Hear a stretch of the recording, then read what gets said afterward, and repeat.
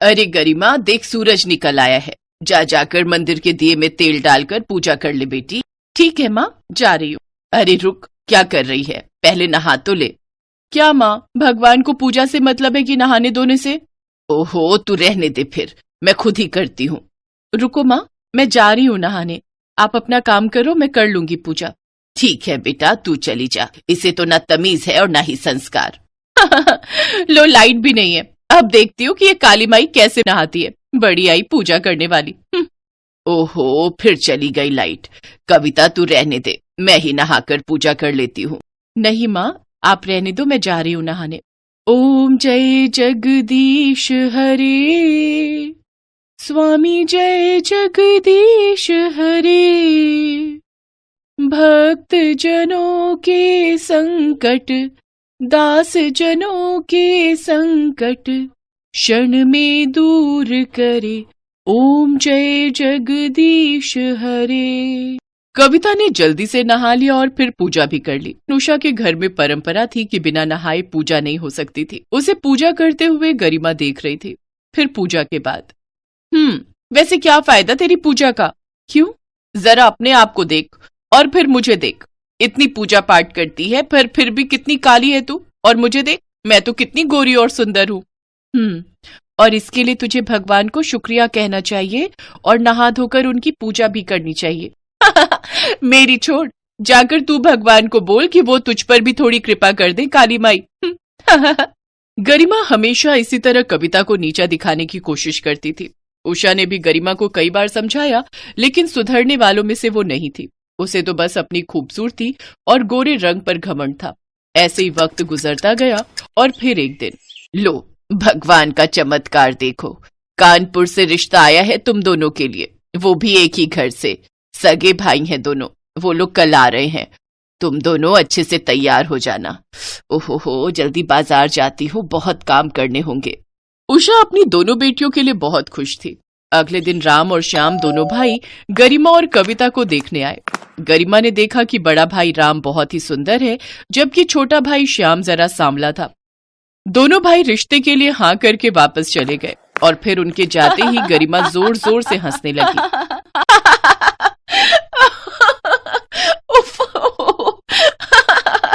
अरे तुझे क्या हुआ री?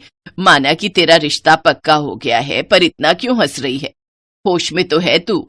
अब समझ आया कि उस छोटे वाले को क्यों पसंद आ गई है। अरे वो तो खुद ही काला है, तभी तो सोचूं कि क्यों उसने इस काली माई को पसंद कर लिया। बेचारी की किस्मत में गोरी लड़की आएगी कहां से? बस बहुत हो गया, बदतमीज कहीं की। जब देखो छोटी बहन का मजाक बनाती रहती है। सुधर जा गरिमा, सुधर जा। उस दिन कविता को बहुत बुरा लगा, लेकिन गरिमा उससे बड़ी थी, इसलिए उसने कुछ नहीं कहा।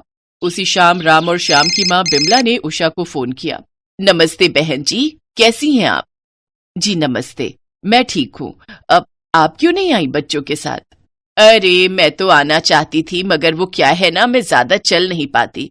और वैसे भी बच्चों ने जब एक दूसरे को पसंद कर ही लिया है तो फिर हमें क्या दिक्कत हो सकती है। आप तो बस शादी की तैयारियों में लग जाओ अब। जी सही कहा आपने। अब बहन जी, वैसे मैं सोच ही रही थी आपसे बात करने के लिए। वो आपकी कुछ डिमांड हो तो? ना ना ना ना ना, ये सब मत सोचो आप। भगवान का दिया सब कुछ है हमारे पास। बस दोनों बहुएं आकर गृहस्थी संभाल लें और सुबह शाम मंदिर में दिया जलाती रहें।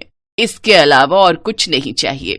आप बिल्कुल भी चिंता मत कीजिए, मेरी दोनों बेटियां आपको शिकायत का मौका नहीं देंगी। उषा ने अपनी समधन को भरोसा तो दिला दिया, लेकिन गरिमा को लेकर उसके मन में चिंता थी। उसकी लाख कोशिशों के बाद भी गरिमा ने खुद की आदतों में कोई बदलाव नहीं किया। दूसरी तरफ कविता ने अपनी माँ से घर गृहस्थी संभालने का हर गुण सीख लिया। कुछ ही दिनों बाद दोनों बहनों की शादी धूमधाम से हो गई। फिर उनके घर आते ही, आओ आओ, तुम दोनों का स्वागत है।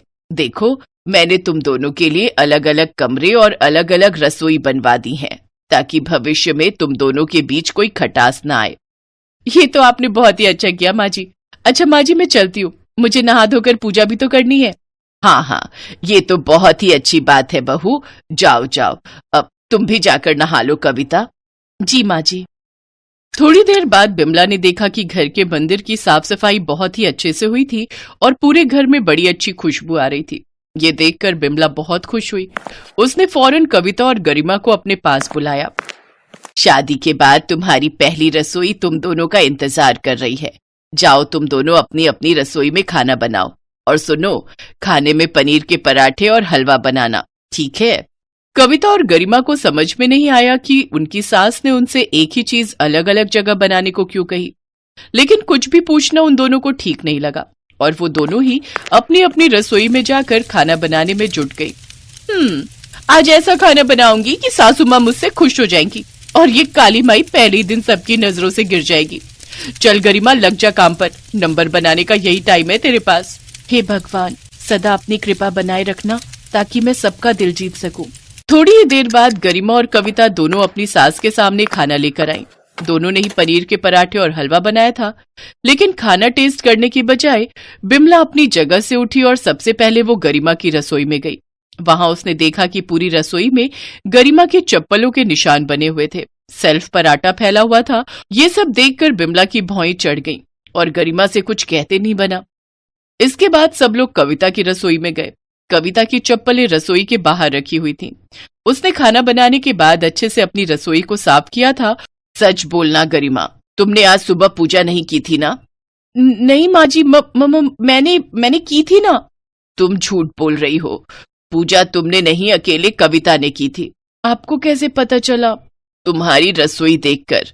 रसोई भी तो घर का मंदिर होती है और मंदिर को ऐसे गंदा नहीं रखा जाता। कविता की रसोई देखकर ही मैं समझ गई थी कि सुबह पूजा कविता ने ही की थी। मैं तुमसे बहुत खुश हूं कविता बेटी। इतना कहते ही बिमला ने अपने हाथ से सोने के कंगन निकालकर कविता को पहना दिए, जो कविता के हाथों में बहुत जंच रहे थे। उधर गोरी गरिमा ये देख जल भुन कर काली हुई जा रही थी।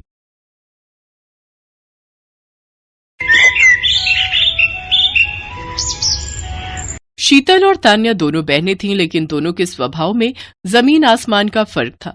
जहां शीतल एकदम शांत स्वभाव की थी, तो वहीं तान्या नकचढ़ी और घमंडी थी, जिसे अपनी खूबसूरती पर बहुत नाज था। शीतल घर के सारे कामकाज अकेले ही करती थी, तो वहीं तान्या पार्टीज और मेकअप की शौकीन होती है। एक रोज तान्या अपने कमरे में पार्टी पर जाने के लिए रेडी हो रही थी।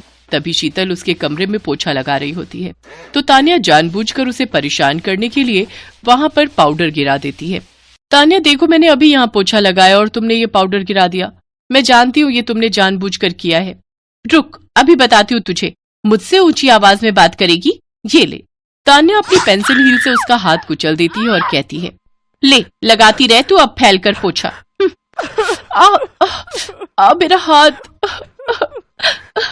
बेचारी शीतल रोती रह जाती है। तभी माया उसे आवाज देती है, शीतल, शीतल, कहाँ मर गई?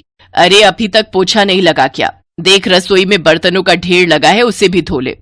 माया उसकी सौतेली माँ थी, जिस कारण वो शीतल को बिल्कुल भी पसंद नहीं करती थी और सारा काम शीतल से ही करवाती थी।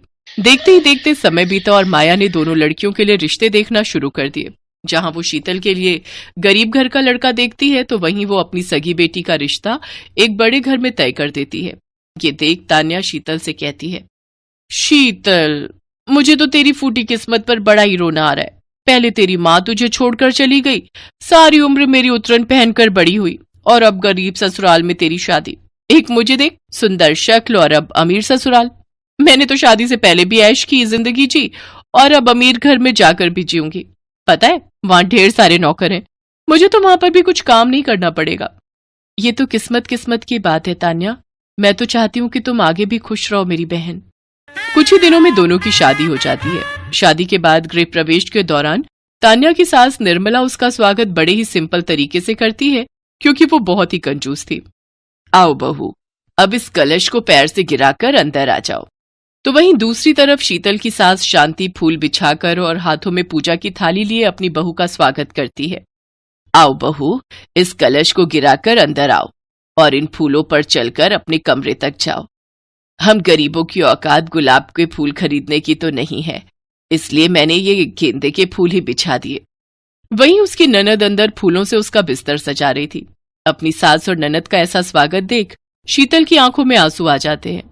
जिस प्यार के लिए वो हमेशा तरसती रही, वो प्यार उसे अपनी ससुराल में अपनी सास और ननद से मिलता है। अगली सुबह शीतल जल्दी उठती है, तो उसकी सास उसे कहती है, बहू, तू इतनी जल्दी क्यों उठ गई? हमारे यहाँ सब आराम से उठते हैं, जा तू भी जाकर सो जा। तो वहीं दूसरी तरफ तान्या अपने ससुराल में सो रही होती है तो उसकी सास उर्मिला उसे आवाज लगाकर कहती है, तान्या बहू उठ जा, सुबह के 5 बज गए हैं। आज तेरा ससुराल में पहला दिन है, जल्दी से तैयार होकर नीचे आ जा, आज तेरी पहली रसोई है। ओफो, इस बुढ़िया ने भी जीना मुश्किल कर दिया है। एक तो वैसे ही शादी की इतनी थकावट, ऊपर से ये है कि सोने भी नहीं देती। कुछ देर बाद तान्या तैयार होकर नीचे आती है जहां उसकी सास उससे कहती है, ये ले बहू, ये तेरे खाने की लिस्ट है जो तुझे अपनी पहली रसोई में बनाना है, समझी? लेकिन सासू माँ, हमारे यहाँ तो इतने सारे नौकर चाकर है। फिर उन सब की छुट्टी कर दी मैंने, अब तू आ गई है तो क्यों मैं उन सबको पैसे दूं? हाँ, हे भगवान, ये मैं कहाँ फंस गई। तान्या अकेले ही खाना बनाने लगती है तो वहीं दूसरी तरफ शीतल सोकर उठती है, फिर नहा धोकर सबके लिए खाना बनाने लगती है। तो उसकी सास और ननद भी उसकी मदद करने रसोई में आती हैं। माँ जी, आप दोनों क्यों तकलीफ करती हैं? मैं हूं ना, मैं सब संभाल लूंगी। नहीं नहीं, हम भी तो आपके साथ मदद करेंगे। फिर वो तीनों खुशी खुशी बातें करते हुए खाना बनाती हैं। शीतल अपने गरीब ससुराल में भी बहुत खुश थी। वहीं दूसरी तरफ अमीर बहू होकर भी तान्या खुश नहीं थी। उसकी सास हमेशा उसके पीछे ही पड़ी रहती थी। तान्या बहू, तू कब सुधरेगी? तूने फिर से बर्तन धोने का साबुन गलने के लिए छोड़ दिया। अरे कुछ तो बचत करना सीख। हद होती है सासू माँ, इतनी कंजूसी भी अच्छी नहीं। मुझे नहीं रहना यहाँ, मैं चली अपने घर। घर आकर वो सारी बात अपनी माँ को बताती है। तभी वहां शीतल भी आ जाती है। अरे तान्या बहन, कैसी हो तुम? क्या तुम भी अपने हनीमून पर जाने के लिए गर्म कपड़े लेने आई हो? अच्छा, हम तो मनाली जा रहे हैं। माँ जी ने हम दोनों की वहीं की ट्रेन टिकट बुक करवा दी है। वैसे तुम कहाँ जा रही हो? मेरे जले पर नमक मत छिड़को, तुम जानती भी हो मेरी सास कितनी कंजूस है। पता है माँ, वो तो 5-10 रुपए की चीज के लिए भी मुझे कितना सुनाती है। मुझे नहीं रहना अब उस घर में। ऐसा नहीं कहते बहन, रिश्ते ऐसे नहीं तोड़े जाते। मैं जाकर तुम्हारी सासू माँ से बात करूंगी। शीतल तान्या की सास को समझाती है। उर्मिला अपनी गलती मानते हुए तान्या को लेने आती है और उन्हें भी हनीमून पर मनाली भेजती है। तान्या भी अब खुश थी, उसे अपनी गलती का एहसास हो चुका था। वो शीतल से अपने किए की माफी मांगती है। अब दोनों बहनें अपने अपने ससुराल में खुशी खुशी रहने लगती हैं।